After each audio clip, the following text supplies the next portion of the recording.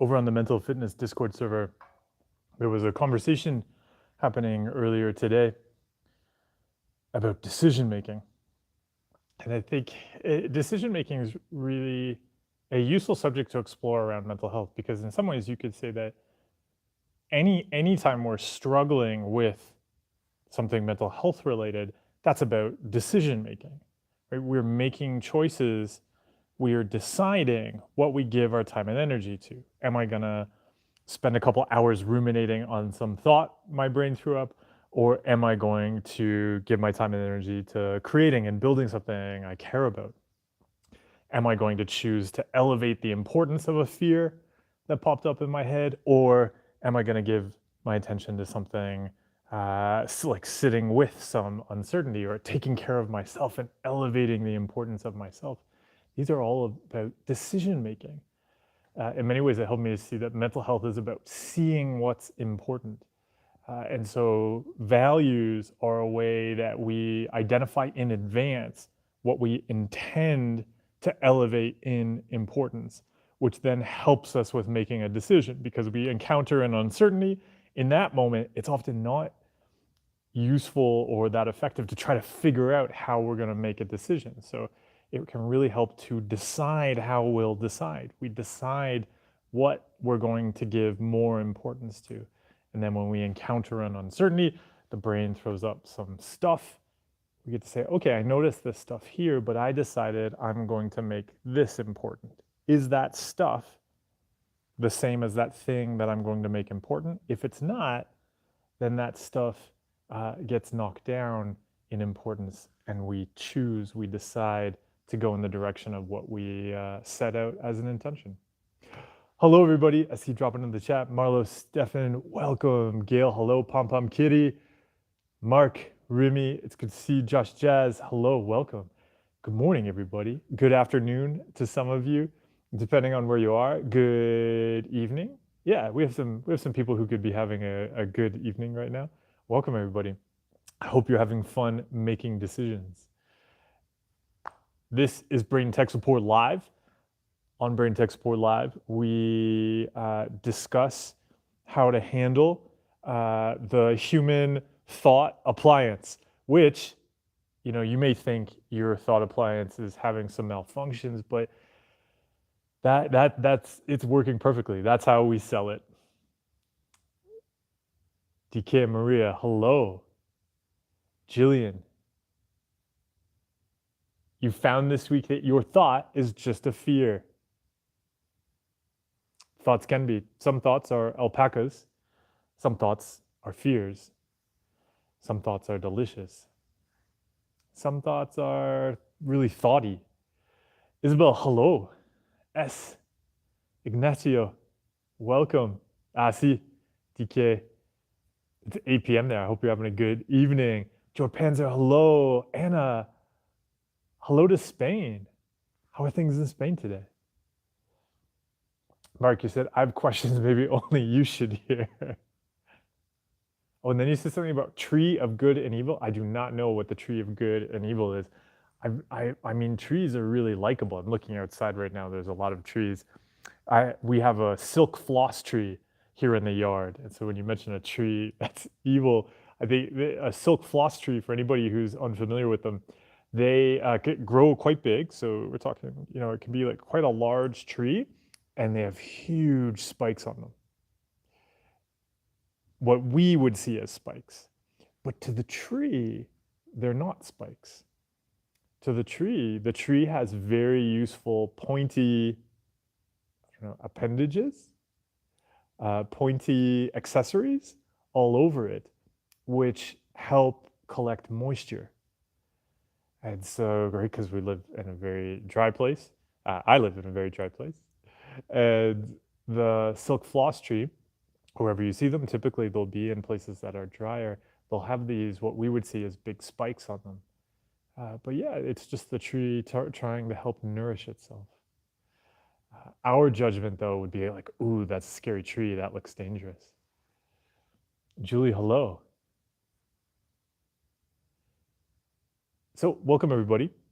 Yeah, what we do on Brain Tech Support Live If you have any questions about mental health adventures you're taking yourself on, skills you're learning, if you want to talk more about decision making, because we can continue the conversation we were having on the mental fitness Discord server, we can explore that. But that's really what this is about. I will say though, it really helps with this stuff to keep it focused on where you're going. So often when we run into struggles with our thought appliances, what we end up doing is just like listing out all sorts of things we hate, or we make it about, oh, I want to avoid a bunch of things. But trying to avoid bad things or trying to like manage bad feelings doesn't actually take us in a direction we want to go. We can avoid everything bad, and that wouldn't mean we've done anything good or that we'll enjoy.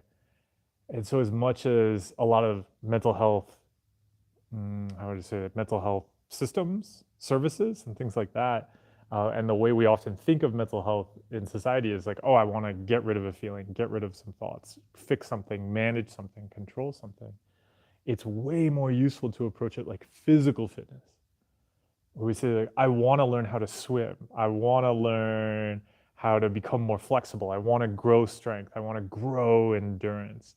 And we make it about what we're building. We don't go to the gym and say, like, oh, I'm fixing my weakness disorder. I hope I recover soon.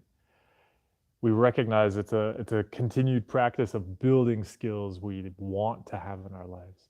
It's really helpful to approach mental health that way too. Maria said, if I know my super fun fear, I love super fun fears.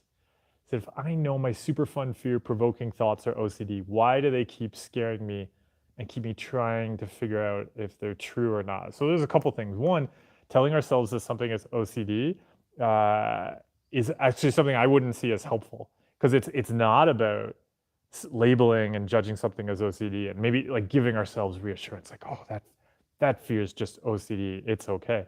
Because what we're doing in that moment is actually telling ourselves that if it wasn't, then we should do all sorts of compulsions around it. So what you mentioned there, keep you trying to figure out if it's true or not. So no fear or thought can do that. Right? We're not puppets. We can choose to try to figure out if something is true or not. But that's us, and that's a great example of a compulsion. And if we're chasing that goal of trying to figure out if something is true or not, then it's natural that the brain is going to keep bringing it up, because it's trying to help us get that relief, get that certainty that we're looking for. In order to get that relief and certainty about whether it's true or not, we need to keep having the fear come up. And so I would actually shift the focus from judging and labeling some thoughts to instead cutting out the compulsions. Extermination, good morning to you. I will, I have, I started a long list of all of the things that I'd love to see us doing in the community in response to your question on the Discord server. So I will share that later. But your question right now is, could you talk about wanting to have any thought or feeling? Why do we want to do that? Yeah, we want to do that because then we can do all of the things we want to do and go on all of the adventures we want to go on in life. But if we see any thought or feeling as an excuse to stop doing things, or a reason, or as a barrier of some sort, then it very quickly, then we very quickly get into the depression spiral. Because we're like, oh, I have this thought or feeling, I'm going to avoid living my life. And then, oh, I had this thought or feeling, I'm going to avoid living my life. And very quickly, we're in a tiny, tiny cage, and we really don't like that. Everything then brings up anxiety, and it's extremely depressing, because we're like, oh, I want to go live my life, but I can't, because of all of these bars in the cage that we've created every time we react to a thought or feeling. Having any thought or feeling is about the capacity to live our lives and to go where we want to go, and to go places we never thought we could go. Mm-hmm. Another way to think of having any thought or feeling is that it's about walking into the gym. I mean, like, okay, I want to learn how to do any of these exercises and lift any of these weights. And then there's a lot of freedom in that.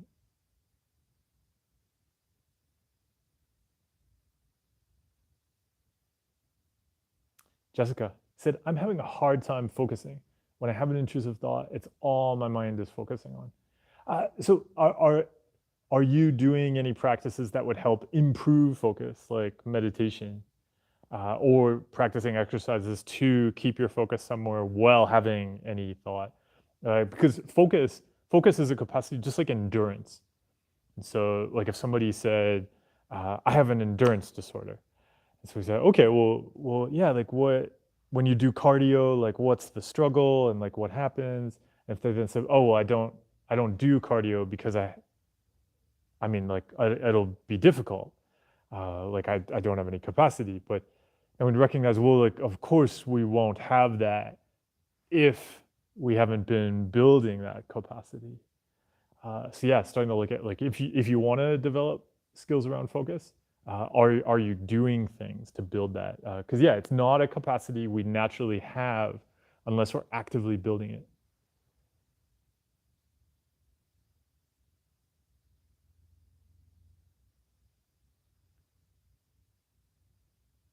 Mark, I do not understand what your comment means.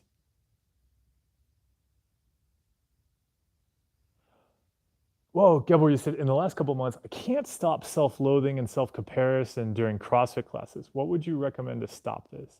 So I would look at that because like that like comparing and hating on ourselves, like that's something we do. So like looking for a way to stop it. It would be like if I was hitting myself in the face with a frying pan and asking, well, like what's the way to stop that? And so I would look at like what is the challenge you're finding there on not practicing that compulsion, right? Like why are you hitting yourself in the face with the frying pan? And I would look at if there's other areas in life where you're practicing that judging and self-loathing, but you see it as useful. Because if we're doing lots of judging and hating and putting things in tiny boxes and comparison in our everyday life in a way that we see it as good. We're like, oh, this is great. Or especially if in other situations we're like, oh yeah, I'm better than that, or I did this better than that. We're teaching the brain that the comparison is good. So then the brain is going to go do that in other areas where we're like, oh, we don't like it. So yeah, I would look around, like where did the brain learn to do this? But then also starting to look at, like that's a compulsion you do. So why are you struggling to stop it? Because like looking at like why that's difficult can teach us a lot. Yeah, Pump Up Kitty said, I really want to improve my decision-making skills. I suck at making decisions, even the trivial ones. Any tips? Yes. So before making a decision, we decide how we'll decide. So the example I was giving on the Discord server right now, I move every couple of months. And so I could spend all of my time, because also I'm not in the place where I'm going next ever. So it's not like I can go stop by a place and see if I like it or even like see if I like a neighborhood. I always have to book places for several months just from what I can see on the internet.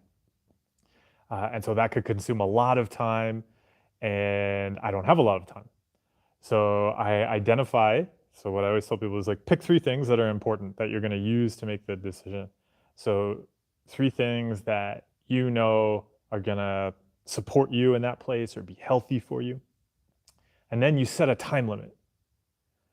So you say, I'm going to find the place that scores the best on these 3 criteria within 30 minutes. And then I decide. Also, of the 3 things that you pick, the 3 values for decision making, always pick one that is going to be more important than the others, because that'll be your tiebreaker. Where you'll say, okay, if all of them have a similar score, but this one particular place actually scores higher in that value that I say is most important, that's the one we go with. Even if because there'll always be other factors. And so I'm saying like that factor is going to be more important than others. So even if maybe that place was actually the more expensive one, but it's the one that scored best on that, if I said that price was less important than that, then I picked that one. But if I had said, oh, like price is more important, then, and so then even if something scored better in other things, then I would choose the one with the lowest price. And then, yeah, you hit that time limit and you choose it. And of course the brain will be like, yeah, but we could just spend a little bit longer and we could just search more, et cetera, et cetera. No, like we're gonna practice making choices and then continuing and trusting in our values. And if we get there and then we see, okay, this place wasn't what I expected, and or like that thing that I thought I liked, it did turn out true that that place was best for that. However, there was something else I didn't think of which actually impacted me more, then I'm going to bump down that most important value. So I'm going to say, okay, yeah, maybe it's important, but it's not as important as this. And that's great that I learned. So approaching decisions with an iterative, curiosity-driven awareness is also really useful. Makbul said, I'm suffering from depression, OCD, DPDR, and I work at direct public dealing office and it's very hectic. Should I quit my job? Oh, well, so it's possible. So as somebody who is, yeah, diagnosed with depression, OCD, I would see DPDR as just actually an extension of those two, not like really a separate thing. It's just, it's a compulsion. It really helped me to get over those. I mean, it's very possible to cut out the compulsions around those. So, I mean, I would be looking at that. Like you don't have to let those make your career decisions for you. Masa, you said thoughts on loss of social intuition. I feel like it's one of the biggest issues in mental illness and a big indicator as well. Don't see any people talking about that. Ooh, so I would actually see that like judging. So wait, I'm not sure what you mean by social intuition, but it sounds like something that would fuel mental health struggles. So I'm not sure. So I wouldn't see it as like a loss because I would like if somebody's doing lots of checking around what other people are thinking in social situations, like that's a compulsion which would naturally lead to them having less certainty. And yeah, and just in general, I'm not a fan of anything with intuition. Uh, it gets us into all sorts of, yeah, like it's very much wrapped up in the stuff that gets us into a struggle with mental health. I wouldn't see it as a good thing to get back. Marlos, you said, how to trust and love yourself after a severe illness. I've had cancer 10 years ago, and I thought then I got it because of who I am as a person, not good enough. Ooh, now I'm scared of getting close to myself again. I feel that in my core, I'm not, how do I shift that focus to being not myself and trust? Well, yeah, like an illness has nothing to do with being good enough or who we are as a person. So yeah, if you can access a skilled professional, working with a therapist or a counselor or somebody just to unpack those beliefs. There's a lot of really unhelpful beliefs there. Yeah, starting to explore where, like, why ever would it be useful to take that kind of approach and learning how to start to give to yourself and be kind to yourself. This week ahead, it could, yeah, help to start out the week just by, starting it from a perspective of what would it look like to be kind to yourself this week? What would it look like to give to yourself unreasonably? And it's okay if the brain says that's like doing something bad or it feels like it's like committing a crime or something. Be kind to yourself even more. Stefan, he said, I do compulsions I am not proud of. I can keep coming back to this compulsion over and over. I have a need to see a therapist to get advice to navigate what I've just done. If I don't see a therapist, I struggle for weeks and not sure how to navigate this, to be able to not feel normal and to be only thinking of my intrusive thoughts and struggle without the advice of others to help me.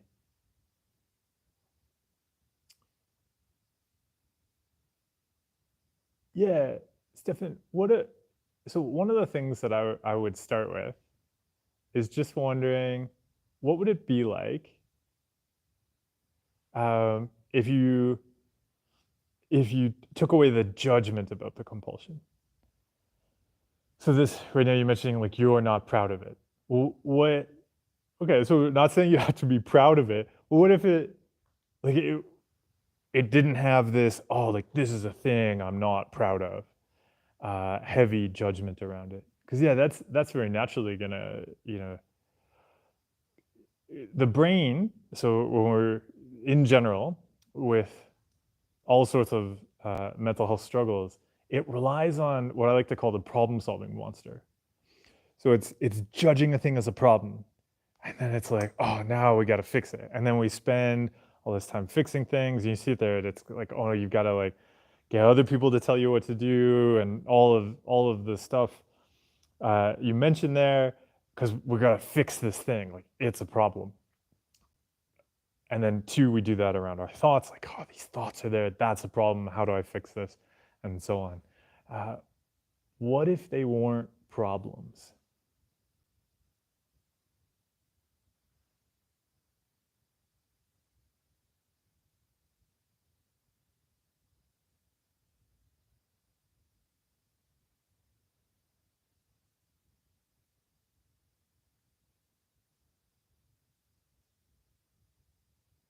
Pom Pom Kitty said, how do we be okay with people leaving us? I just can't bear the thought of people abandoning me, and it's painful for me to be separated from someone I love. It, it's it's really useful to learn how to touch loss. Yeah, and recognize it doesn't mean we have to be cold and unfeeling. It hurts. Of course, it hurts, and we can make space for that. Can it be an opportunity to recognize that you care and you love? And of course, that like we can feel that very intensely, and sometimes the brain just wants to protect us from that, so it makes us feel like that's like a dangerous thing, like, oh no, I could lose this, and that's scary. Like, what happens? Can I handle it? And starting to show the brain and show ourselves that it's okay. Of course, we'll feel that. Of course, it would hurt that we not get to see that person or lose that person, even for a short period of time, because we care about them. And then it's that pivoting to that caring about them, and then looking at what we want to give.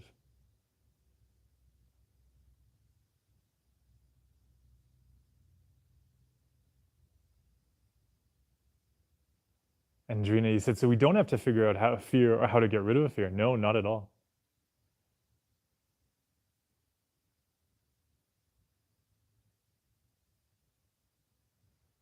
Boy Blue said, I've not been diagnosed with OCD, but my twin sisters have been. Currently, I'm struggling with this belief that I have narcissistic personality disorder. Okay, yeah, Boy Blue, do you have a question about that? Oh, here you go. You have a message on below. He said, I feel as if anything I learn about, I then use it as a way to then label myself the bad aspects of those things. How can I stop this obsessing over have MPD and move beyond it? So yeah, part of it'll be like you see that anything we learn about will then be like, oh, what if that's me? I have this. Right? The brain's confirmation bias will just clamp down hard on whatever we've been doing, like reassurance research on. So part of it will be cutting out those compulsions, like noticing the brain go, oh, like, yeah, maybe we should find out about this. Or like, oh, maybe we should just go through these details to make sure we're not that. And then inevitably we'll always find that we are. So cutting out the compulsions around that chasing certainty will be part of it. And then also very similar to what we were just talking about with Pom Pom Kitty, we really care excuse me, we really care about other people. So it's natural we would worry about something like MPD, and we've become afraid of that. And then, but seeing in those moments, oh, like, why am I afraid about this? Oh, because I care about relationships and I want to be nice to people and I want to give to others and support others. And then saying, oh, okay, so how am I going to go and do that today? The brain is in many ways, it can help to see it's just trying to protect us. It's just trying to protect us from the pain of losing the things we care about. So if we really care about relationships and then we hear, oh no, like a narcissist can't have relationships or something, whatever. A narcissist can't eat donuts. And then we're like, oh no, what if I'm a narcissist? Because then I can't have donuts and relationships. Oh no. But all we're really doing there is demonstrating that we care about relationships and donuts. And so the thing to do in that moment is to invite somebody to go and have a donut with us, or like invite many people, or go and get donuts and bring them to many people.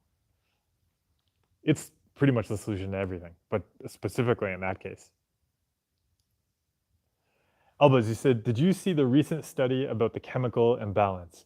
I think I know the one you're referring to. I follow research in mental health and psychiatry pretty closely. I of course saw, yes, the one I think you're referring to. Gail, he said, my biggest fear is something bad happening to my son. In Scotland, the mental health care system is shockingly basic and does not help. Mm. Yeah, Gail, unfortunately, in many places, it's like that. Erica, hey, welcome. So can you talk about why it's helpful to focus on actions to build mental fitness versus trying to change thoughts, feelings, mindset, motivation, etc.?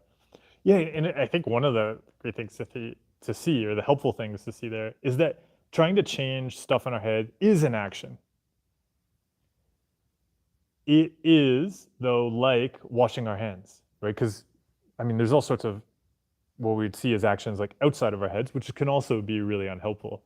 And so, more, I guess, the thing I look at is actions to build versus actions to remove or subtract.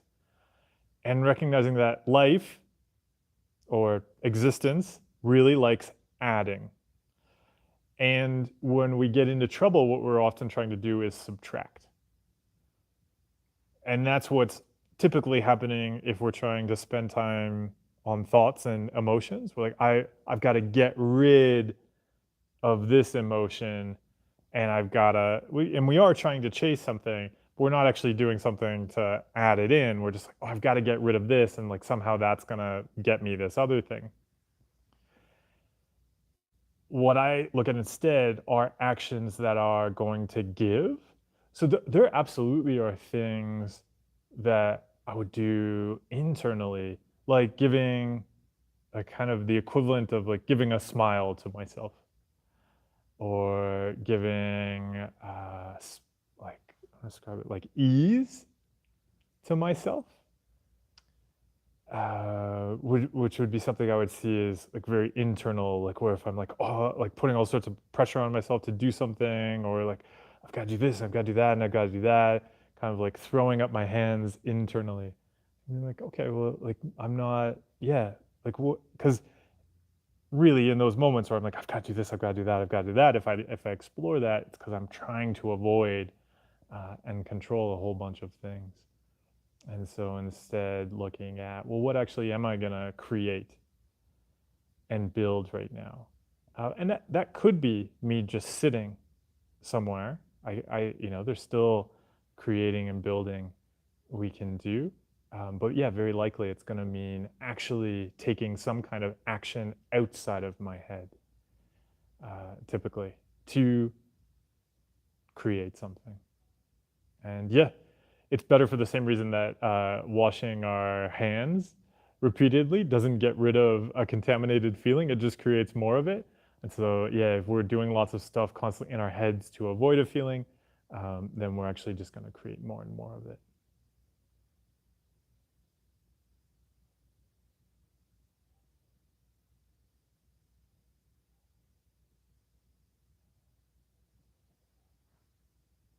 Stefan said, I've struggled with being hyper aware of what I'm doing. Example, I'm texting and realize that I'm aware of words. I'm typing and I get stuck. I've gotten rid of this before. How do I do it again? So I wouldn't actually, like, the idea of I've gotten rid of this before. How do I do it again? That'd be like saying like, oh, I cleaned my hands before and they felt clean. How do I do it again? Uh, it's going to be way more helpful, I would say, to like welcome that rather than, oh, I've got to get rid of this. Like typically the I've got to get rid of this is what keeps it coming back. And so it's quite common exploring the stuff that we'll say like, oh, but I fixed this before. I recovered from it before. And I find it really helpful to see this stuff. They're actions we do now. So if it's vague and you're like, oh, I don't know how I got rid of this before, I'd see it as like it didn't get rid of it. Yeah, like the brain just did its natural thing where it was like focused on one thing 1 week, another thing for a couple months, another thing for another couple months. What if instead of trying to get rid of it, you welcomed it?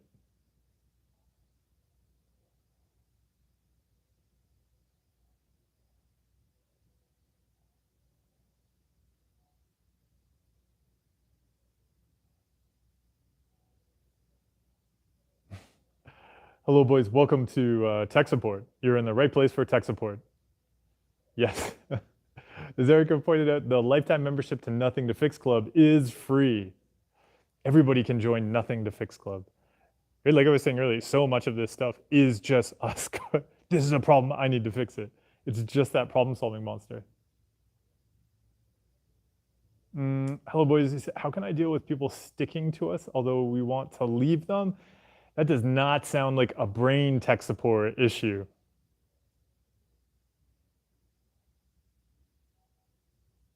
Yes, Pom Kitty, you asked about skincare techniques. And as Isabel pointed out down below, the answer is donuts.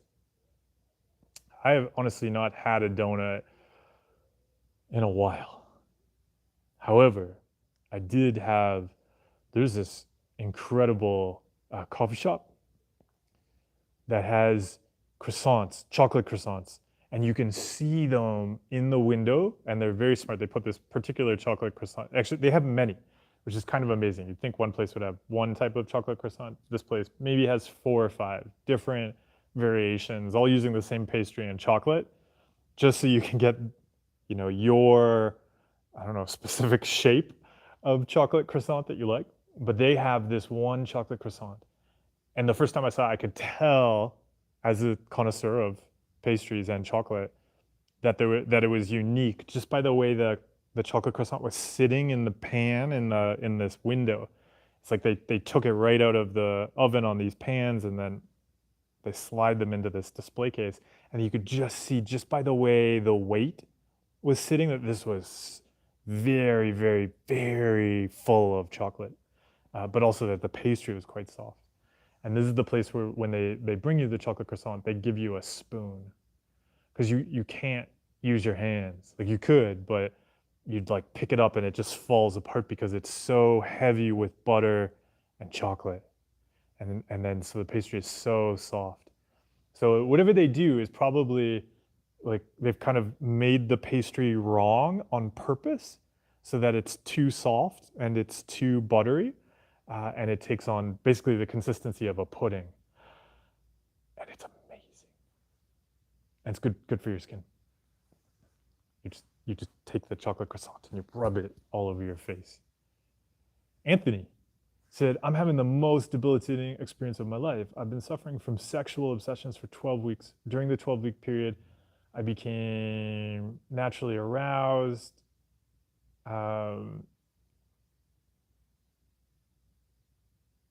If the fear of that thought happening again and not knowing if it's either the fear of it coming back or the fear of reliving the trauma, I'm not functioning at all. So Anthony, there's a whole bunch of compulsions you're talking about there, but it's not clear that you're seeing them as compulsions. And so yeah, working with a professional that you can talk to about that stuff, it sounds like you want to share about it and explain about it too. So yeah, working with a professional to help you see the compulsions there and start with a plan to cut them out could be really useful.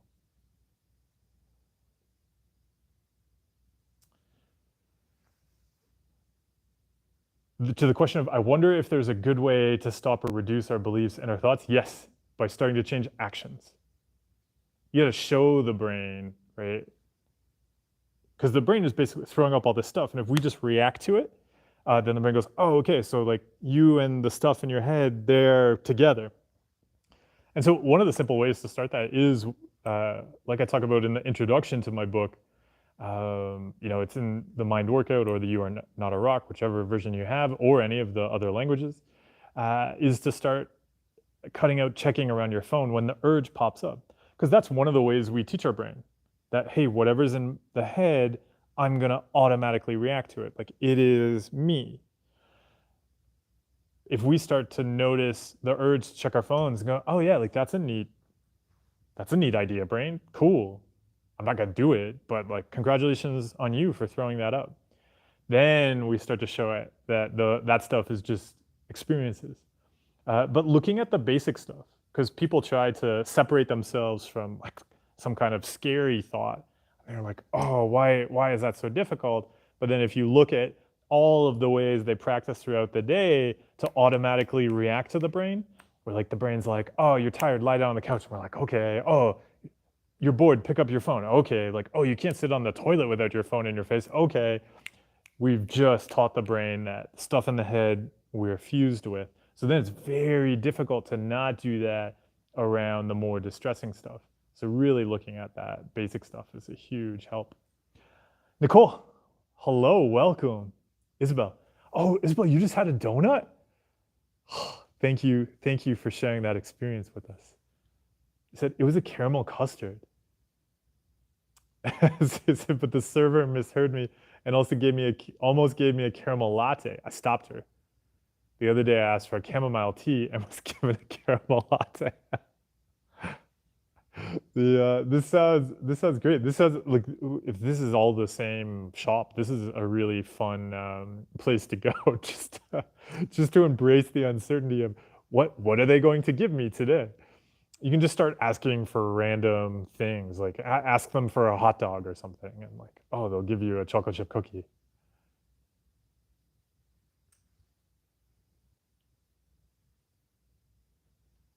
Joe Penzer.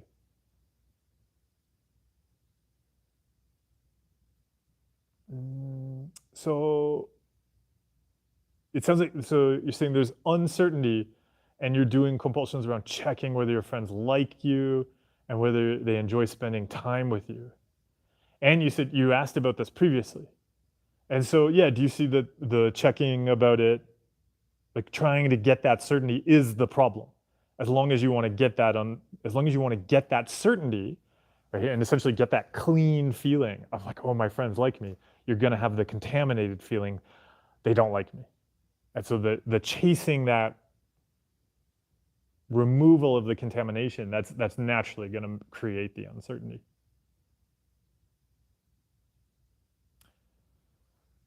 Como, you said, I just moved out of my parents' house for the first time and definitely feeling the anxiety and stress about living on my own. Any tips? So congratulations. Yeah, this is a time of the year when a lot of people are moving out of their parents' homes, like going to school or jobs in other cities and things like that. So yeah, there are a couple of things. Look at one is making it okay. So often we react to just natural like stress and uncertainty, but like, oh, this shouldn't be here, let's fix it. But making space for that, like being able to see it not as a bad thing, but as the brain pointing out there's new stuff and it's exciting, and being able to say, oh, of course there's some uncertainty and anxiety around that, but also, yeah, brain, you're right, like this is different. This is different. Let's go and explore it. So part of it's embracing it. Like it 100% makes sense because our brains don't like change, and this is a change. So that's really exciting. So that's part of it. But then, so yeah, I would say as somebody who moves a lot, I find it's really important to learn how we make a place home. And essentially, often to me, it feels like like my brain is like a pet, and I have to show it, hey, this place is home now, and here's how we support ourselves in this place. So yeah, I would take some time to sit down, explore like the question of how do you want to support yourself in this new place, right? So what actions are going to support you? What relationships are going to support you? And then it'll be about putting those things into place. Because yeah, sometimes we see, oh, it'll really help if when I'm in this new place, if I've met some people. So what we want to do as soon as we're going into a new place is find out how we're going to start building those relationships, and not wait on them. Maybe there are some key places, like for me, for instance, it's really helpful not just to know where donuts are, but other groceries too. So how am I going to feed myself and nourish myself? Finding ways to make that as easy and as clear and simple as quickly as possible. So yeah, like one of the things I'll often do, like right away, is take a tour to the closest grocery store or market or whatever. And it is like I'm taking my brain there to be like, hey, no, this is great. This is our new place. This place is going to support us. And just helping it see, okay, like, yeah, this is different, but look, we have ways to support ourselves here. And then, so yeah, you write out those things and then you just kind of give yourself a plan. Often I would look at, whether you're going to do it over a week, if you're in this place for a long time, giving yourself a month where you say, this month is about learning about my new home and how I'm going to make it a home. And so just giving yourself that space. So have fun with it. Have fun in the new place. DK Chet, you said, just wondering why you aren't using sticky notes anymore. I use sticky notes all the time. Do you mean in the background? It's because this is not my wall.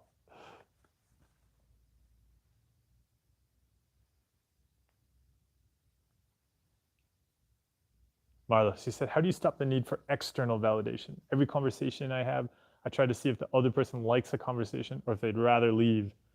Well, yeah. So seeing like you see the compulsion there. It really helps us see the compulsion fuels the obsession. So that checking you're doing, that creates the need for external validation, because just like any addiction, right? If you got the high of external validation at some point, then the brain goes, okay, like I'm gonna keep making you uncertain about that so that you keep chasing that high. So you've got to cut out the compulsion there. As long as you check to make sure that people are like liking the conversation, you're gonna doubt that people are liking the conversation. Right? Same as hand washing, right? It's all the, oh, like if people dislike it, that's a kind of contamination. So then you do it, and then you just feel more contaminated.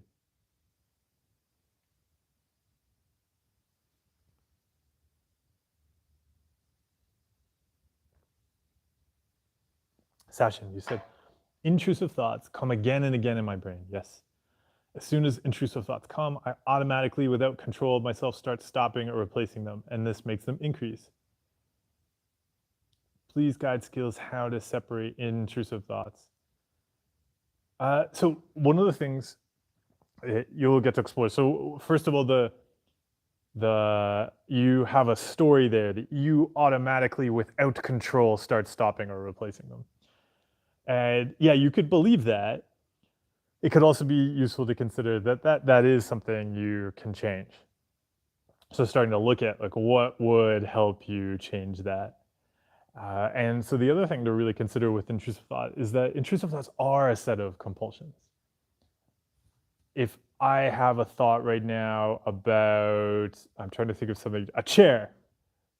There's a chair sitting right over there. And so maybe I have a thought right now about a chair. And I go, oh, that's fine. It's just a chair. I don't care about chairs.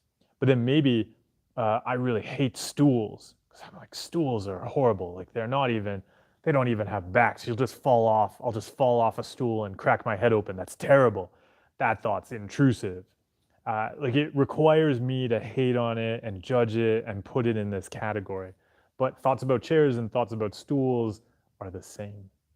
So yeah, I would start to look at what are the compulsions you're doing to judge and categorize thoughts. it'll be useful to cut those out. Also, it'll be useful to look at how you react to thoughts you like. Because if you automatically react to thoughts you like, so for instance, if I get a thought like, oh, check my phone, maybe I got a really important message, and I go and check it, then I'm teaching the brain that I react automatically to thoughts. And so always look at thoughts in general. Because intrusive thoughts are just a bunch of compulsions.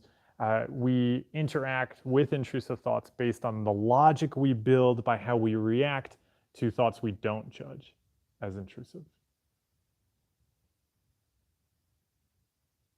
Stefan said, sometimes my brain makes me feel like I forgot all the things I learned about how to handle uncertainty and anxiety. I try and remember techniques, etc., but feel lost. How do I navigate this? It's why I find it's useful to ditch the like, I've got to go and fix brain stuff. Because and two, if we're like holding it in our head and then we're going to judge the fact that we forgot it, be like, oh, I should remember this, and just do a bunch of more compulsions, then of course we're going to forget it. And so it really, really extremely helps to make the focus about simple actions we want to do in life. So for instance, my mental health practice is making breakfast. It's like I'm not trying to remember, oh, like how do I make breakfast to solve anxiety or deal with thoughts or anything like that. No, it's not like that. It's I make breakfast. I get groceries so I can make breakfast. And really turning it into simple things like that. It's not about fixing and controlling brain stuff. It's about, here's the thing I want to do in life. How do I go and do it? And that's not something we keep in our heads. Because that's very much like a recipe. Like literally making breakfast could be a recipe. Or like running a business or growing a community or something like that. I don't have to hold that in my head. They're about external values and then looking at actions around how to do that well. And I don't have to think about that. Those are recipes. And so I would not try to think about it or remember it.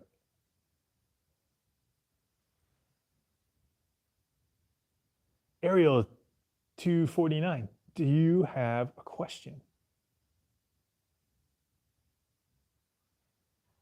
Erica Pointer here. We explored this on an earlier session. You're saying you saw that your social goal of make people like me and make people feel good when they talk to me wasn't helpful because I don't control any of that. I have simpler social goals now. It's so useful, right? To be like, I talk to people. Like I see people. I make sure that I see a group of people once each week. Like in addition to like individuals, but I'm like, oh, at least once a week, I'm gonna do a group activity. It's not about like how people like anything I do at a group activity or anything like that. It's successful if it's a group activity, like group social event, period, nothing else.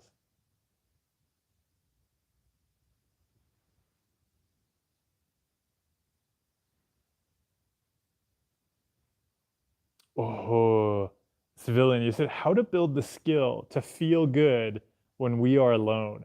I wouldn't see that as a useful goal. I would, because it'd be like asking how do we build the skill to feel clean when we're alone? And that's gonna make you feel pretty dirty. It's gonna make you spend a lot of time when you're alone trying to feel good. So instead, when you're alone, what would you like to do? What if you don't have to have any particular feeling? What if you're alone and you're bored and that's great? What if you're alone and you're sad and that's great too? Being bored and sad are feelings we can be curious about having. And they can be there and we can do something we want to do while we're alone. But we don't have to go and like get permission from some feeling. It's just like weather. Today when I'm alone, the weather might be rainy or it might be sunny. Either of those is fine.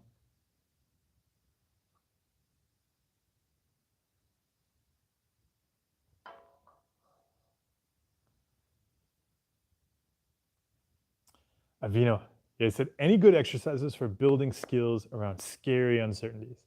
Probably around being accepting that bad things may happen and the brain stuff that comes with it without trying to turn myself into a rock.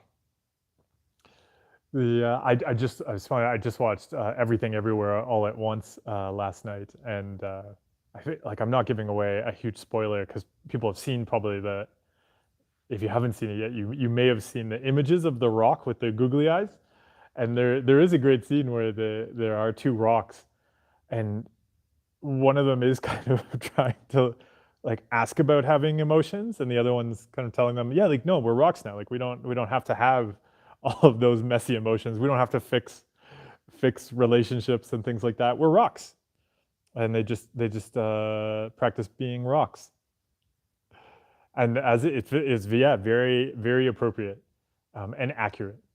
I'd say, yeah, like when people are rocks, then they're like, yeah, we don't have to have these scary experiences, or these difficult relationships. I would switch it up, like just putting the scary experience in charge and going, oh, I've got to go and spend time, um, developing a skill to tackle this scary experience. I would look at like what do you want to build skills around that you want to keep in your life? Because isn't it amazing how like something comes up, some uncertainty, some fear, and we'll quickly put it in charge of our life. We're like, I'm going to spend so much time on this. Everything is about this. I've got to build skills to do this. But then with so many other things we actually want to go into in life, yeah, we're like, oh, I'll get to it. I'll get to it eventually. I'll get there. Because we use fear and anxiety as fuel, and they are not sustainable, healthy fuels for action. Uh, we've often had experiences where we use them for fuel, and yeah, it took us somewhere. Uh, but then we start to see the drawbacks of having an engine that runs on fear and anxiety. And it's really useful to swap out that engine and replace it with things we want to keep in our lives. Fuel that doesn't pollute so much of our lives. And so, yeah, what if you didn't have to do anything about this scary uncertainty? Because, like, why is it scary? Because it could interfere with life. So, yeah, what about living that life? Um, yeah, what would you like to learn around that?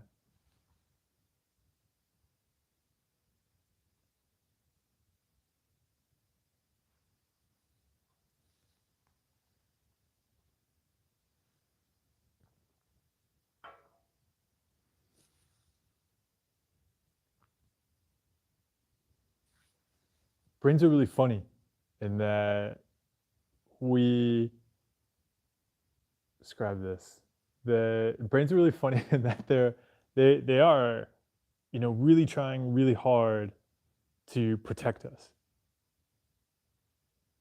And they would be okay with us just totally limiting our lives to avoid the possibility of something bad happening, which is, limiting our lives is the very thing we're afraid of. Just the reason we end up obsessing about all this stuff and the fears come up all the time.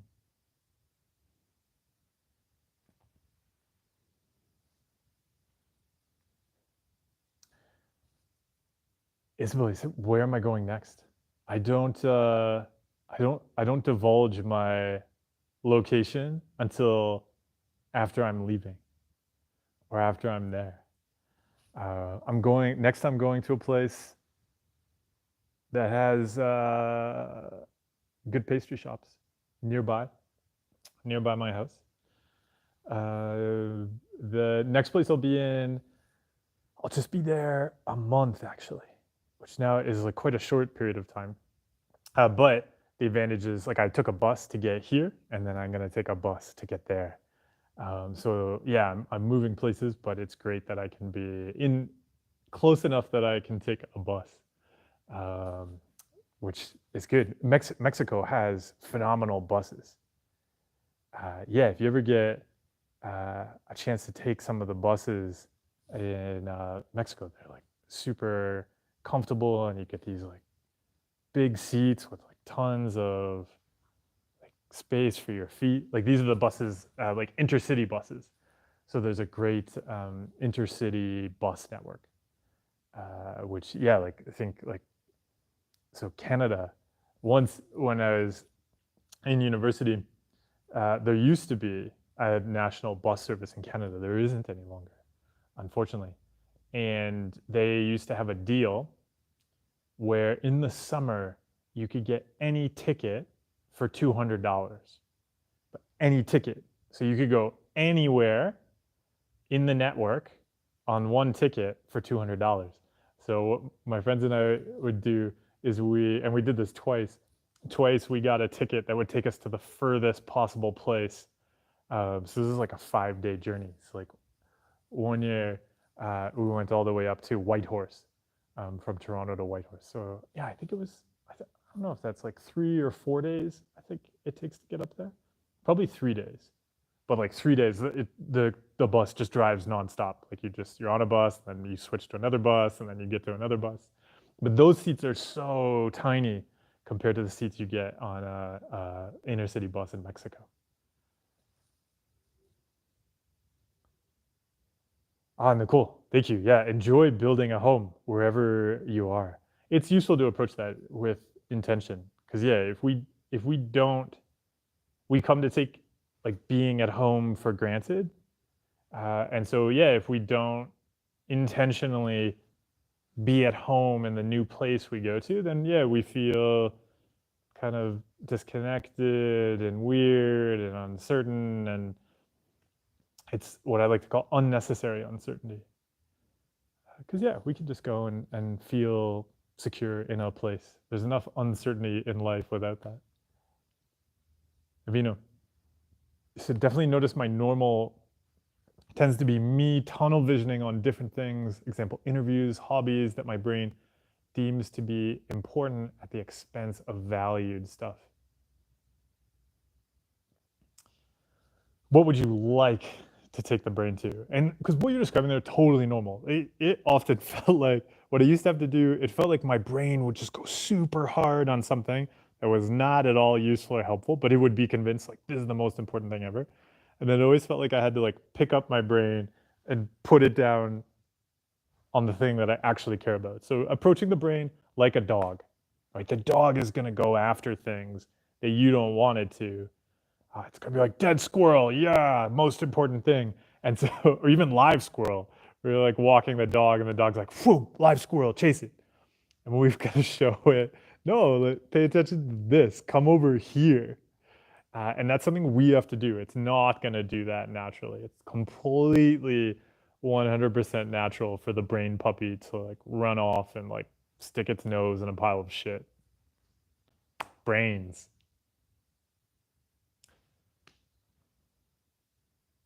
Stat guy. So what did I study? In undergrad, I did world literature was my major, and I minored in East Asian studies and political science. And then my grad degree was in digital media, but focused on complex like digital media project management and innovation. So how do you manage like a huge, like a lot of it was focused on video games. So like how do you manage a big like AAA video game title with like people in all sorts of different places, and you've got a deadline and you've got to make customers happy. And so like how do you deliver on that? And that's where I learned about values. Like that was all about like a team, a diverse, distributed team setting values to help them make decisions rather than just doing whatever random idea they had that day. Yeah, because that's a lot of this stuff just comes from how do you make video games. Mhm. Felix said, any tips on handling difficult experiences around addiction? So yeah, can you explain a bit more? Like, for me, so like speaking of addiction, it was or no, speaking of video games, but that's where I learned something really useful for tackling addiction, was that when you're making change, you're going to experience a lot of uncomfortable feelings. And so how do you So it's about looking at how to support yourself and carry yourself through having difficult feelings as we make changes. Narina, you said this is a random question, but can animals get OCD? You're an animal. So that, if you had OCD, that would answer the question. But yeah, absolutely. These, I used to have a cat. Actually, when I was going to therapy, my roommate had a cat, a really, really smart cat. And so, yeah, just like with human animals, intelligence often not helpful for OCD. And if my roommate left, and so sometimes my roommate would have to go somewhere, like business trips and stuff like that, and I would take care of the cat.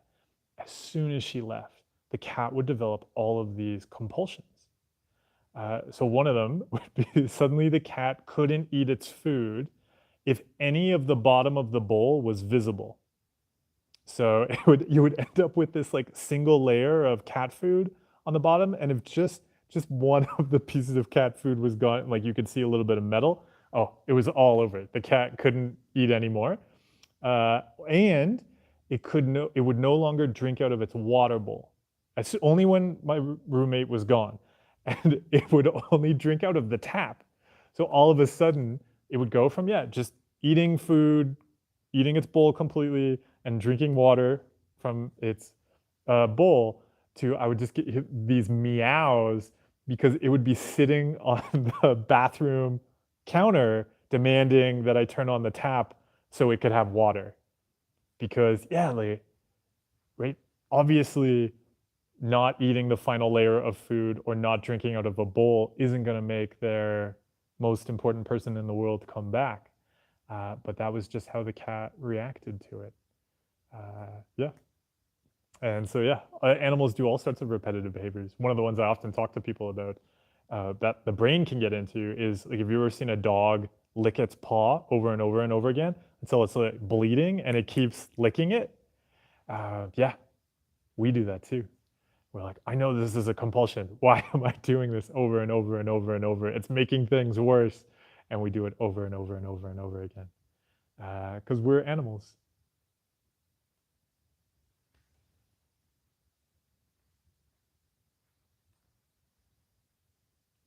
Andrea. Um, yeah, so I found it really helpful to want to have thoughts. So yeah, because if we're like, oh, these thoughts shouldn't be here, how do I get rid of these thoughts? Then of course the brain's gonna keep giving them to us so that we can chase that cleaning away of the thoughts that we want. And so yeah, it really helped me like the presence or absence of any thoughts and feelings, irrelevant. Isabel, exactly, yeah. Said, I wish I could help my team set values to make decisions instead of being reactive all the time. It is useful. Said, we try, but it doesn't take much for systems and new ways of working to just be dropped for no apparent reason. Mm-hmm.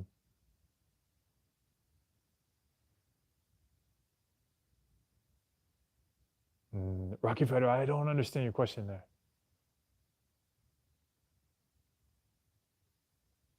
Bo Hill, good morning.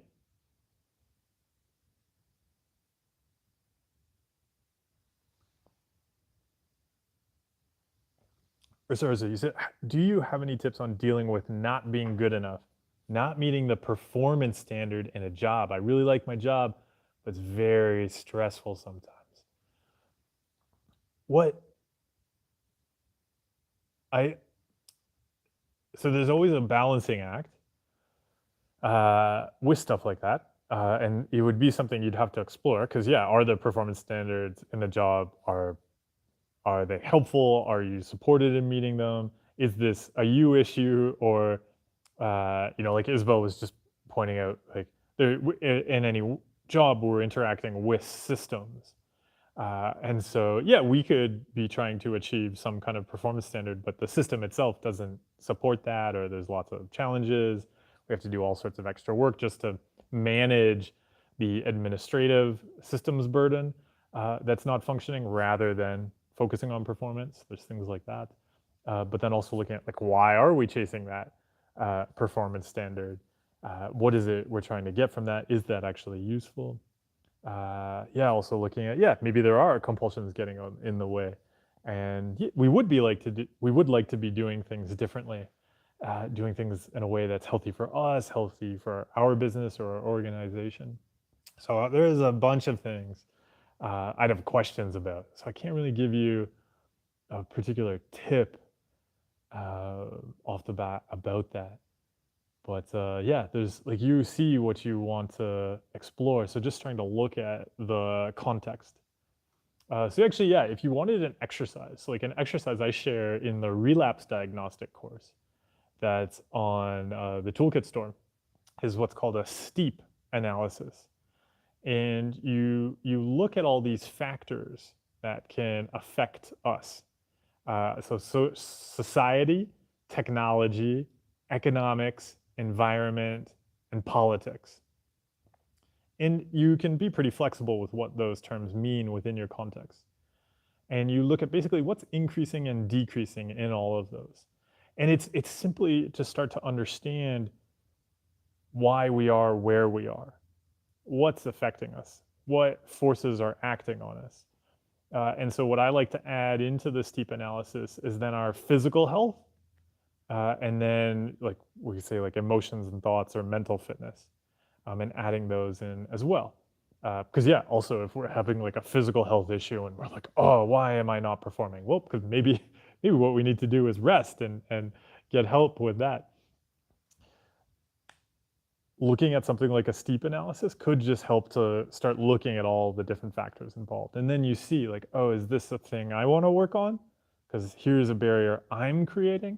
Or is there a barrier around me that's affecting things?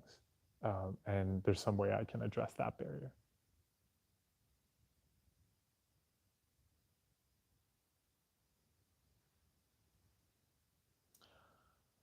Oh, yes. There's a question. I wrote a book. I did. I have a book. It's called You Are Not a Rock, or in the UK version, it's called The Mind Workout. It is translated into yeah, like 12-ish languages.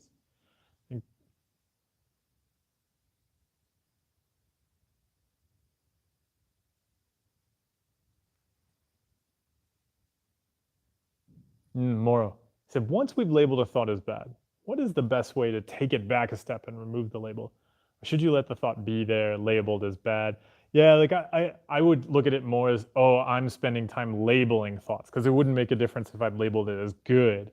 I thought like, ooh, that's a good thought. Like, oh, that's a really good thought. The wouldn't change anything. So I'd instead just look at, oh, like, isn't that neat? I'm labeling brain stuff. It's like we get out the label maker and we're just going, oh, this thought, oh, just a second, I'm gonna write up a really good label for this thought. Just looking at, I don't have to spend time on that. So what do we want to spend time on instead of labeling thoughts? And as going with that, you can have that understanding that if you say, okay, I'm gonna go do this action instead of labeling thoughts, but the brain is going to go, whoa, but you said that thought was bad and now you're walking away from it. That's dangerous.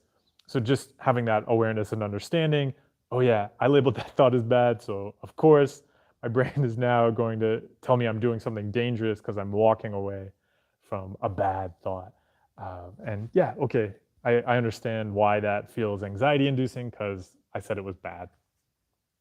And I'm going to go buy donuts.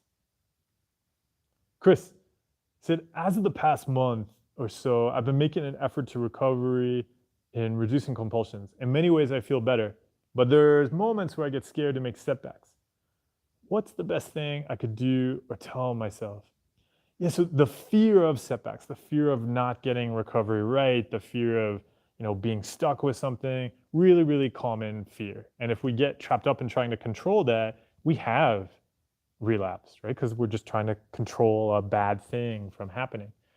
And we're trying to clean away the mental health struggles perfectly, right? This contamination of mental health. So seeing like that's the same pattern. So it can really help to instead make it about like, so assume you were just done. So everybody, of course, as we often do, everybody is officially recovered right now. Congratulations.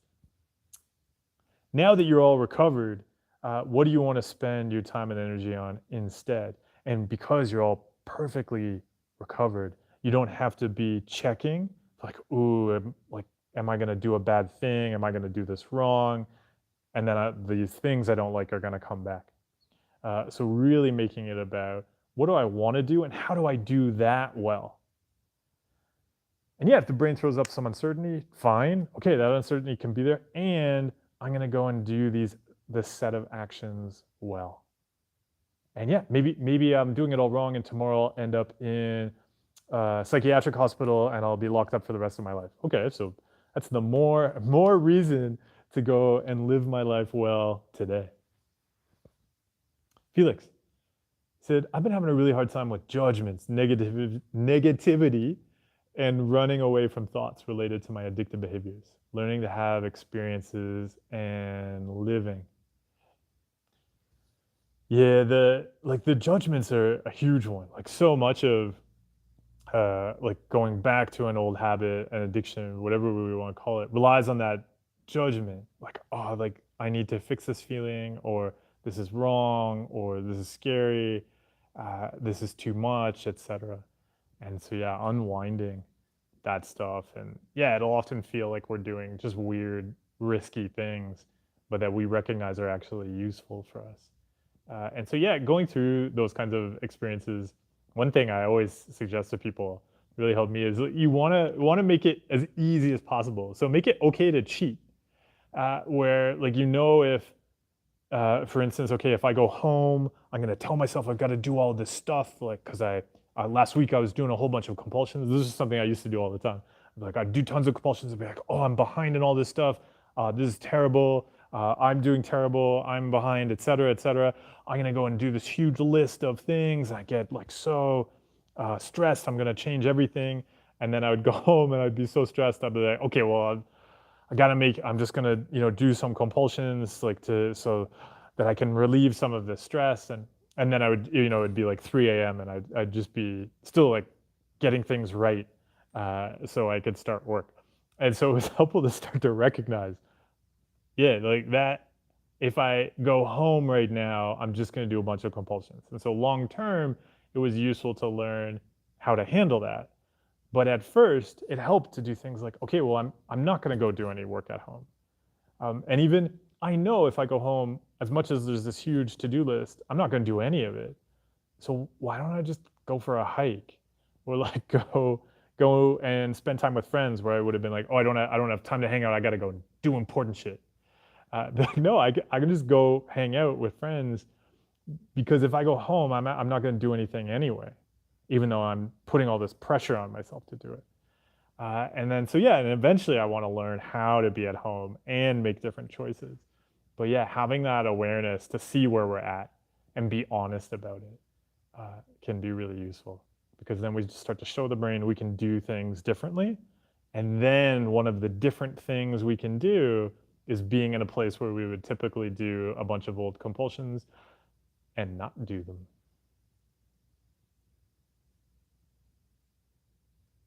Starman, thanks for bringing some stars. Nicole, and thanks for sharing a sunflower. Narina said, is it a good idea to avoid people that make us anxious and gravitate towards people that make us calm? Or should we try our best not to judge and give people the benefit of the doubt? So that kind of, the thing that I would expect to happen, if that was the goal with social interaction, is that eventually nobody would count as a calm person. So like just putting anxiety in charge in general is just going to lead to everything creating anxiety. So I would never recommend that. At the same time, yeah, if there's somebody, feel like that doesn't mean you go and hang out with somebody who's constantly, I don't know, like threatening you with a chainsaw. It's not about going, well, I don't know, Jim is always revving his chainsaw and threatening to chop off our heads, and it makes me really anxious, but I want to put anxiety in charge. It's not about that at all. So looking at what's it going to be like, what are the actions involved with building healthy relationships, and who do I want to build relationships with? There are several of those are probably going to involve some anxiety. In fact, some of the relationships that might be very calm, you may say, oh, actually, that's not that helpful to me, or that's not something I want to give to. So yeah, I would not start with anxiety or calm as the focus, but instead really looking at, yeah, what's best for you, and what actions are going to help you build those relationships.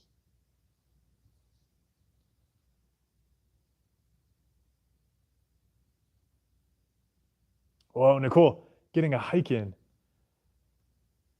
Have a great day. Thanks for stopping by.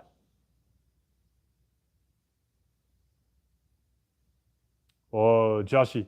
So this is great. You said this is not a question. I just want to say thanks. I'm grateful because of your last week advice about mental compulsions. I realized that I'm spending less time doing those compulsions. Congratulations. Oh, it's great to, right, to put these skills into practice, because that's what it's really about. Like, we can talk about things here, but you took that and are actually putting that into practice, which is fantastic. So enjoy getting that time and energy back.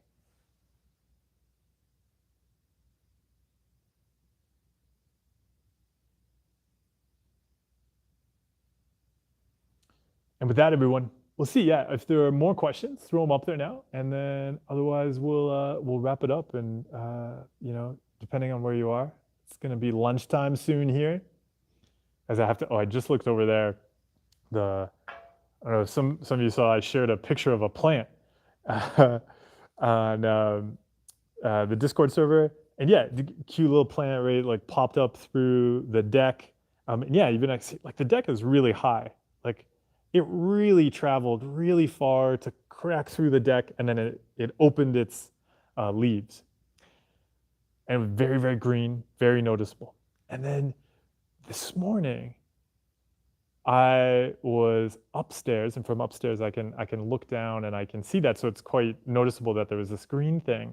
And I think I looked because I realized it was moving. The green leaves were moving, and and then just like in like a cartoon or something, where you'd see this like plant moving, and then it would disappear as the plant is gone. Those two cute little leaves. Something ate the plant this morning while I was watching it.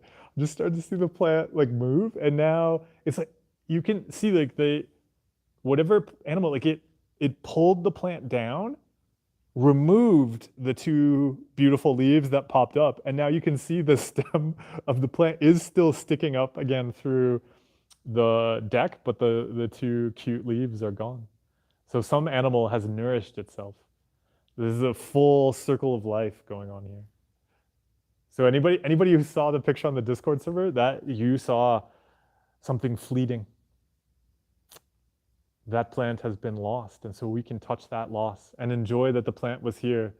And some animal, hopefully, has had a salad this morning.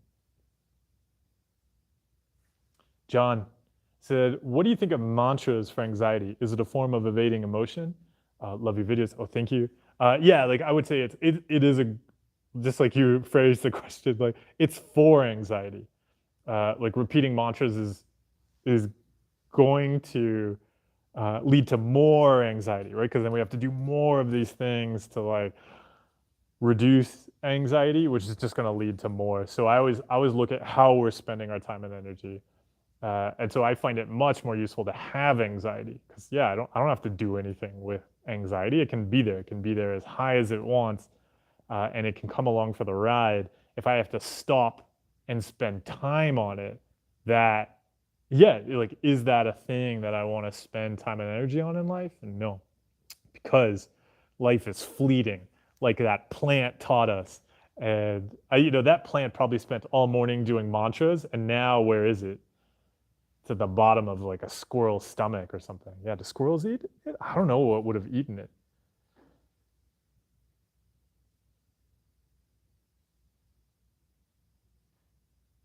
Moro said, when you're starting to do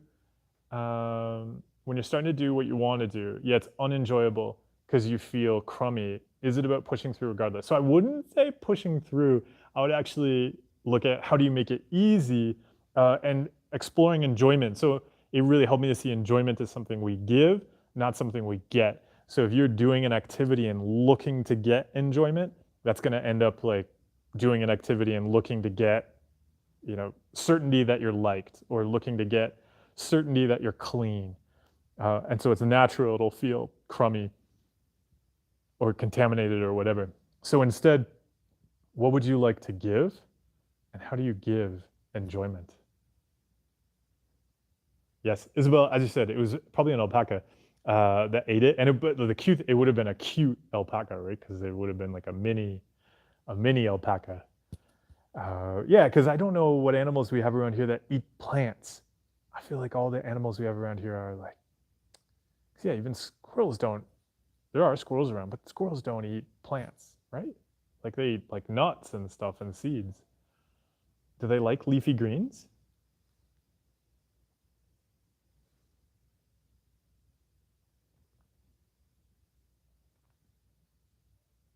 Stefan, I said, how does one stop, let go of controlling things? I notice myself wanting to control avoidance, control my thoughts, control ruminating for the purpose of going towards my values. Yeah, like I find it's just across the board, like just actually, and so again, like not trying to control, cutting out controlling and like get it right. But actually, what helped me at first was just exploring control. So just starting to notice, oh, I try to control everything, and starting to ask, like, what am I trying to control here? Because I would just see myself react, and being able to stop and be like, oh, well, I'm probably trying to control something here. Like, what am I trying to control? And so at first, just having curiosity about it. So I call that seeing the machinery. And so, like, for instance, if you've seen the non-judgment workout plan on the toolkit store, the first week is just exploring judgment, right? So not jumping into like, I've got to cut out judgment. No, like you don't even get to cutting out judgments until several weeks in, because first we've got to see the machinery. If we can see the machinery and be like, oh, this is why I control things, and here's what I'm trying to get, then we can start to dismantle it. So just doing that with curiosity and kindness, right? It's completely normal, right? I talk about control all the time. I talk about my book. We've done tons of streams on control. It's just human. Like we react to uncertainty by trying to control stuff. We react to heightened emotions by trying to control stuff. And so just at first, just being kind and curious about control. Vlad, you said, you're having a weird belief that where when doing a compulsion of reversing an intrusive thought, I must not have thoughts because my brain will believe I will harm those people just because I had a thought of them while doing the compulsion. Already cut off a handful of compulsions, but I don't know how to change this belief and cut it off. Yeah, so I wouldn't worry about changing the belief, but also like you're even describing it as though it's like some kind of unusual type of compulsion. Again, I would see that as like not helpful. Like what you're describing is a really, really typical compulsion, right? Like we have this fear of like, oh, like having a thought at a particular time is going to create a bad thing. And so yeah, you see where the compulsion starts, like wanting to reverse a thought, and so it's going to be about cutting out compulsions like that. If we do one compulsion, like what you're noticing is really typical, because if we do one compulsion, you're like going to try to control one thing. It's really natural that the brain then goes, oh, you're going to control that. Well, what about this? What about this? What about this? What about this? What about this? And it'll want to keep going. And so, yeah, it's pretty standard across the board that if somebody does one compulsion, right, like to reverse a thought, then the brain's like, well, then you also have to reverse this, and you also have to fix this. And what about this? And did you feel like you like that, or you didn't like it? And it'll just balloon. Erica, oh, thank you for stepping in. Squirrels do eat plants. So it could be that a squirrel ate our favorite plant. Or Starman pointed out an alien just trying out things on Earth. Anna said, I'm loving university, but homework makes me very anxious. I know I could finish in time, but then I start to fear that I won't and end up spending lots of time on it and not getting to sleep. So it sounds like you see exactly the thing to work on. So something that helped me a lot around this, yeah, is like setting time limits. So not leaving it open-ended. As if you're like, oh, I got to work on this thing tonight, because then it'll just grow in the amount of time it takes. And so using values as well is really helpful with homework, where we say kind of like this is what's important here, and then doing that thing that's important. Saying like, okay, within this half hour, I'm gonna make sure I do this thing that's important, and then I'm gonna let go of whatever the brain is pushing me to like check again, redo again, do more of. And so just starting to practice doing enough and completing something within a time frame that we set for ourselves. And at first, it feels like an extreme sport. Oh, Erica, that's so interesting. So squirrels do have like plants they like, like the squirrel salad plant. The emoji you shared there looks exactly like the plant that used to be in my front deck. Luke said, I'm afraid of fully committing to ERP because I don't want to do something immoral or against my values that I will regret forever. Any advice? Thank you for your videos, by the way. Oh, thank you for watching them. Well, so ERP is not about doing things immoral or against our values. And one of the things, and so yeah, so first of all, I'd watch it because a lot of what's described as ERP I find on online and OCD forums is not ERP at all. So actually, if there's any uh, if you're somehow thinking ERP is involving doing something immoral or against your values, that's probably first of all not ERP. And so really work with somebody that's skilled. Don't just do the I saw somebody say this on a forum, and so I'm going to do it. First of all, uh, one thing, but there's also it's a really common fear, and I ran into this too. That like, oh, if I stop being afraid of like stabbing somebody, won't I just end up stabbing lots of people? And that's really common in all sorts of different ways. Like we've come to actually rely on fear and anxiety because we think, oh, if I remove the fear and anxiety, I won't know what to do in life and I'll do all sorts of horrible things. But actually seeing that's why we switch it to like, what do I value and how do I put my time and energy towards creating the things I want to see in the world? Because I can go into a room and choose what I want to give to people. And that doesn't mean I have to go into the room and be like, don't stab somebody, don't stab somebody, don't stab somebody, don't stab somebody. Right there, we don't have to spend any time hating on the bad things. That's not actually going to lead to us doing and giving the good things we want to give to the world. And so it's actually switching the focus to what are those good things we want to give? What are the actions that are going to lead to them?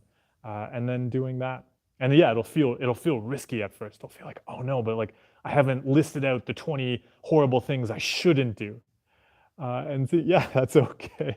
Just like when I go into the kitchen to make breakfast in the morning, I don't have to go like I can't hit myself in the face with a frying pan. Don't hit myself in the face with a frying pan. No, I can just choose to make my frying pan donuts. Like I don't have to tell myself not to do something I don't want to do. And so, yeah, it's switching it to, yeah, where do we want to go? And what's going to take us there? So enjoy taking yourself there. Michelle, good morning. It's good to see you. Nicole, you're absolutely right. This plant is intriguing. Jason, you said, do the brains of people with OCD work differently? No. I keep hearing the word neurodivergency, like it's something that really never goes away. Thoughts? No, I wouldn't. I would say actually, if anything, a huge help with getting over OCD was recognizing it was just the brain operating too well, operating at it was being very human and exceptionally vigorously human. And yeah, no, there's nothing. I don't have to manage anything or do anything. There's no, right? Because when you think like OCD is just a bunch of things we do, right? The brain's not doing anything divergent or strange or unusual.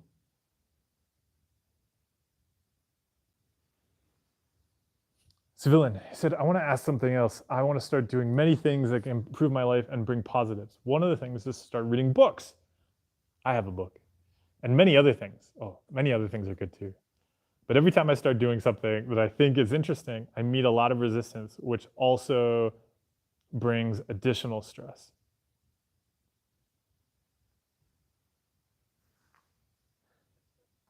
So one of the things to look at in terms of making something consistent is giving yourself time to explore it and making it consistent. So yeah, for instance, if you recognize that reading books is going to be valuable to you, then it's going to be about nailing down, like, when are you gonna read books? Like, how much are you gonna read each week? Something like that. Are you gonna have, like, special reading time? Like, you can make it fun and cozy and interesting, and then doing it with any thought or feeling. Because if it's about, "Oh, I started reading and there wasn't a feeling of motivation, or there wasn't a feeling of enjoyment, or I noticed resistance." If it's about checking for feelings and getting feelings, then yeah, of course you're gonna drop it. But then you can easily just drop everything, because the brain's always gonna, of course, the brain's gonna throw up uncomfortable feelings. And so just seeing, like, basing it around, am I having a feeling I like? If it's something you want to keep in your life, that's not gonna be so useful.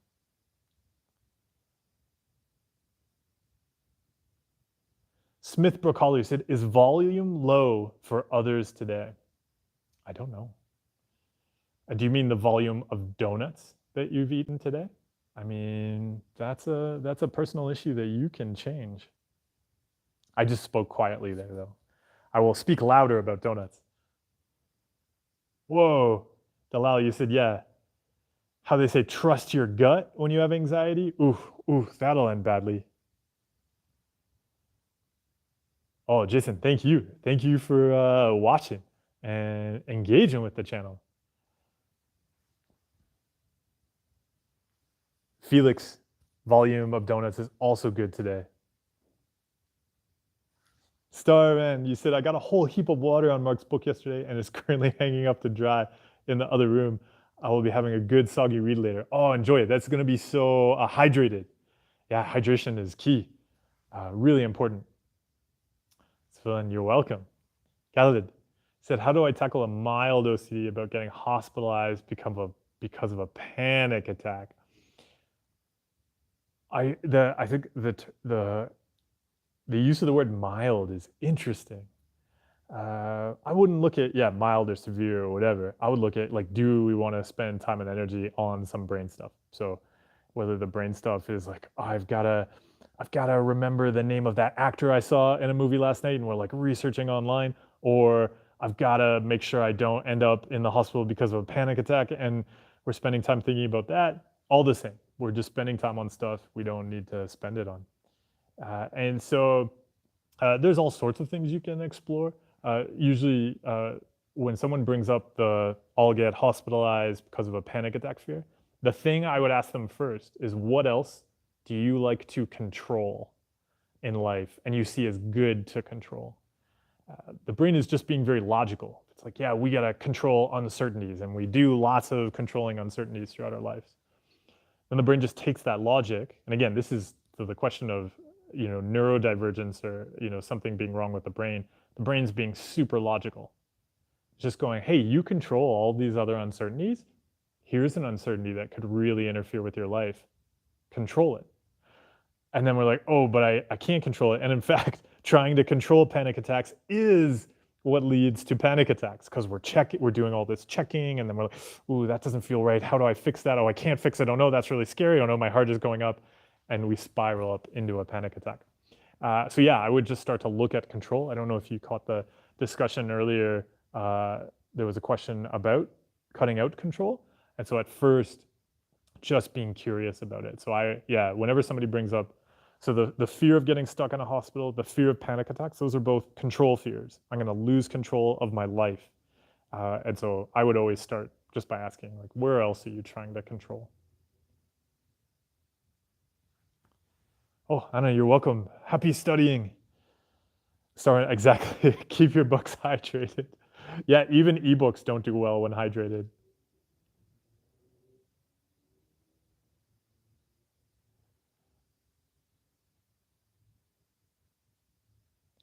Yes, the volume, it could be time to crank it, but it's also time to go and nourish ourselves. I was gonna say nourish myself with water. Hydration, as we said, important for books and humans, but I think it's time for more nourishing food than water. So I'm gonna go. I'm gonna go get some food. But I want to thank everybody for joining me today. Thank you for sharing your insight and wisdom with each other and your support with each other. We have very human brains that do very human things, and we can learn how to notice that, but give our time and energy to things we actually want to be doing in life. So let's keep doing that this week. Masa, indeed, the way out is in. Oh, Isabel, thank you for joining us. Yes, sorry, so eat that lunch and hydrate. Thank you for joining. You're right, it is coming up on October soon. It will be Halloween season and Day of the Dead. Oh, Ashley said, how am I? I'm good. I hope you're well too. Yeah, we're just getting wrapped up here. Theo said, what are your thoughts on defusion act? Oh, it's super important. It is just a fact. Like, we are not our thoughts, and so many struggles come from us seeing ourselves as the stuff in our heads and reacting to it. Oh, Lemon Lotus, thank you so much for the donation and the support. I really appreciate it. Yeah, that really helps. I will go and enjoy some donuts. Thanks to you. Thank you. Everybody, thank you so much for stopping on by. It was great to, as always, explore having a human brain with you all. I know we didn't, in terms of tech support, we didn't fix any of the brain's issues. I think this is maybe the worst tech support ever, because you just call in, and then I just, I'm like, nope, that's working correctly. Yep, that's what it's supposed to do. Yep, no, seeing that tech issue as a problem is the real issue. And with that, we'll wrap things up. So thank you, everybody. Thank you so much for stopping on by, and I will see you soon. Have a great start to the week.